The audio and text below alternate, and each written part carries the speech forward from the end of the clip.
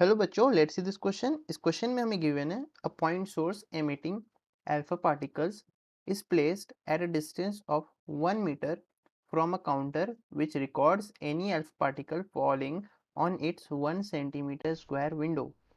If the source contains 6 into 10 to the power 16 active nuclei and the counter records a rate of 50,000 counts per second, find decay constant. Assume that the source emits alpha particles uniformly in all directions and the alpha particles fall nearly normally on the window. तो हमें situation कुछ ऐसा दिया है कि यहाँ पे एक सोर्स है जिससे अल्फा पार्टिकल्स निकल रहा है और यहाँ पे एक विंडो है जो कि 1 सेंटीमीटर स्क्वायर इसका एरिया है।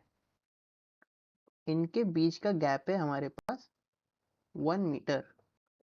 तो यहाँ पे हमारे पास नंबर ऑफ एक्टिव न्यूक्लियाई कितना गिवन है, 6 इंटू 10 टू द पावर 16 और काउंट रेट कितना गिवन है,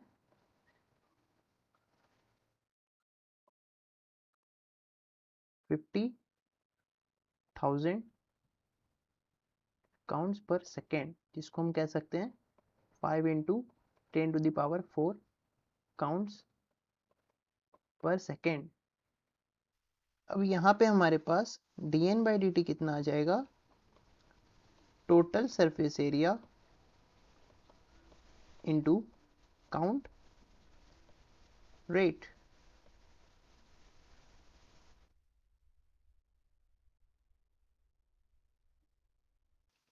तो इसे हम निकालेंगे तो हमारे पास आएगा टोटल सरफेस एरिया कितना होता है 4 पाई आर स्क्वायर। आर हमारे पास ये है 1 मीटर, तो 1 स्क्वायर इंटू काउंट रेट हमारे पास 5 इंटू 10 टू द पावर 4 है।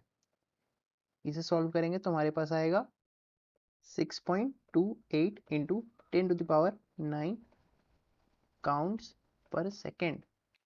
अब हमें क्वेश्चन में क्या पूछा है, लैम्डा पूछा है। डी के कांस्टेंट क्या होता है, लैम्डा। और एक्टिविटी का क्या फॉर्मूला है, एक्टिविटी होता है dn by dt is equal to lambda n। तो ये हमारे पास जो फॉर्मूला है, n हमें पता है, ये है हमारा n का वैल्यू। तो इसे पुट करेंगे तो हमारे पास क्या आ जाएगा, लैम्डा आ जाएगा। चलिए करते हैं, lambda is equal 1 by n into D N by D T. ये हमें मिलेगा 6.28 into 10 to the power 9 by 6 into 10 to the power 16। तो इसे हम सॉल्व करेंगे तो हमें लैम्डा मिलेगा 1.05 into 10 to the power -7 second inverse. तो ये हमारे पास आ जाता है आंसर अपना डी के कॉन्स्टेंट,